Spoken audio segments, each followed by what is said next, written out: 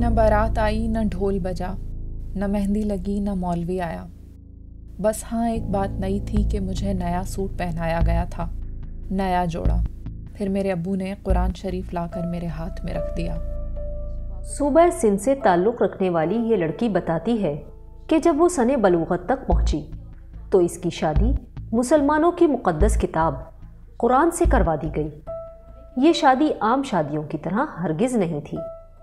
इनके घर वालों ने उन्हें एक नया जोड़ा पहनाकर कमरे में बिठा दिया और कुरान पाक इनके हाथ में देकर ये हल्फ उठवाया कि वो कभी किसी मर्द से शादी नहीं करेंगी और वो जायदाद में अपना हक भी माफ़ करती हैं। कोई भी बंदा नहीं था, कोई मौलवी वगैरह, कोई बरादरी वाले नहीं थे, ख़ानदान का कोई हमारा अपना नहीं था। बस कह दिया कि बेटा आपकी हम कुरान शरीफ के साथ शादी करवा रहे हैं और आप कसम उठाओ कि आप किसी के बारे में नहीं सोचोगी और नहीं कभी शादी के बारे में सोचना।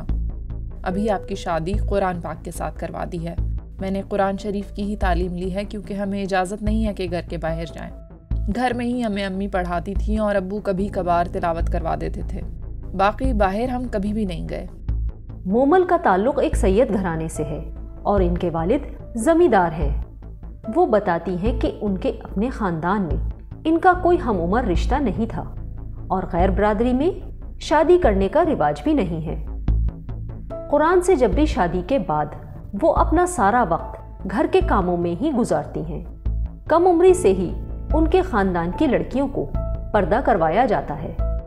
अब भी काफ़ी टाइम के बाद जब तबीयत ख़राब हो जाती है तो भाई या अब्बू लेकर जाते हैं तो हमारी गाड़ी पर कपड़ा डला हुआ होता है, पर्दे में ही चले जाते हैं। फिर ये नहीं पता चलता कि हम कहाँ जा रहे हैं, कहाँ से रास्ता है, ये नहीं पता चलता। अम्मी तो अब जैसे बूढ़ी हो गई हैं, भाभियाँ हैं वो हमारे अपने ख़ानदान की हैं। भाभियाँ कभी किस तरह बात करती हैं, कभी किस तरह से। तो जब उनके छोटे छोटे बच्चे देखती हूँ तो कभी कभी जहन में बात आती है कि जैसे मेरी भी शादी हो जाती, मेरे भी बच्चे होते। मगर अब तो ये बात भी कहना जैसे मेरे लिए गुनाह है, मैं ये बोल भी नहीं सकती। जब हम इस मुतासरा लड़की से मुलाकात करने इनके गांव पहुंचे तो उनके घर वाले किसी तकरीब में शिरकत के लिए गए हुए थे। इनकी मौजूदगी में मोमल से इंटरव्यू करना हरगिज़ मुमकिन नहीं हो सकता था। मुतासरा लड़की को हर किस्म के ख़तरात से महफूज रखने के लिए हमने रिपोर्ट में इनका फ़र्जी नाम मोमल इस्तेमाल किया है। जायदाद जहाँ बहुत ज़्यादा होती है, हमारे कुछ पढ़े लिखे लोग नहीं हैं या किसी ऐसे एरियाज़ से हैं, ताल्लुक़ रखते हैं जहाँ पर प्रॉपर्टीज़, ज़मीनें, जायदाद और इस तरह के बहुत सारी विरासत के हवाले से बहुत सारी चीज़ें होती हैं।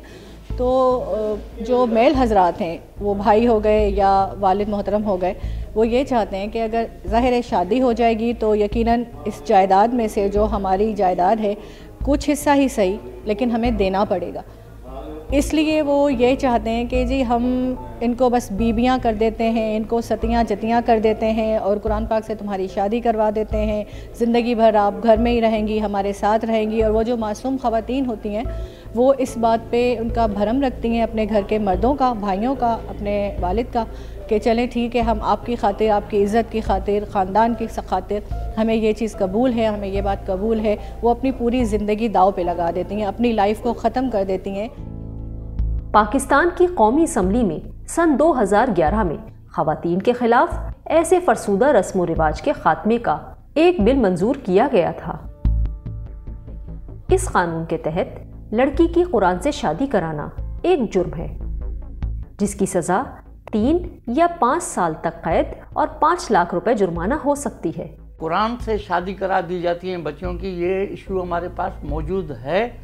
इसको ख़त्म करने के लिए पूरी जो है हमारी रियासत को, खुसूसन मैं सिंध हुकूमत को कहूँगा कि उसको तहरुक में आना चाहिए और इस किस्म की चीज़ें आम तौर पे नहीं मिलती हैं। इसके लिए जो है बिल्कुल जो है एक जफाकशी करनी पड़ती है।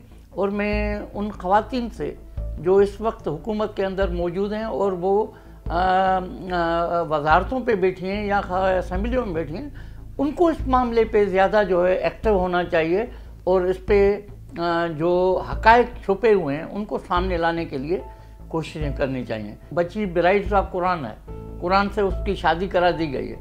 अब वो बच्ची को ही इतना जो है वो ज़हनी तौर पे जो है वो मफलूज बना दिया जाता है या ब्रेन वॉश किया जाता है कि वो खुद मानने के लिए तैयार नहीं होती हैं। ये जालमाना अमल دور جہالت کی عکاسی کرتا ہے۔ صوبہ سندھ میں اب تک نہ جانے کتنی لڑکیاں اس انتہائی بوسیدہ روایت کی بھیٹ چڑھ چکی ہیں۔ ایسے واقعات عموماً منظر عام پر بھی نہیں آتے، اس لیے درست اعداد و شمار بھی موجود نہیں ہیں۔ سندھ میں لڑکیوں کو آخر کب تک اپنا جائیداد کا حق بخش کر اس ظلم کو برداشت کرنا پڑے گا، اس کا جواب شاید کسی کے پاس نہیں۔ کرن مرزا، DW اردو، صوبہ سندھ۔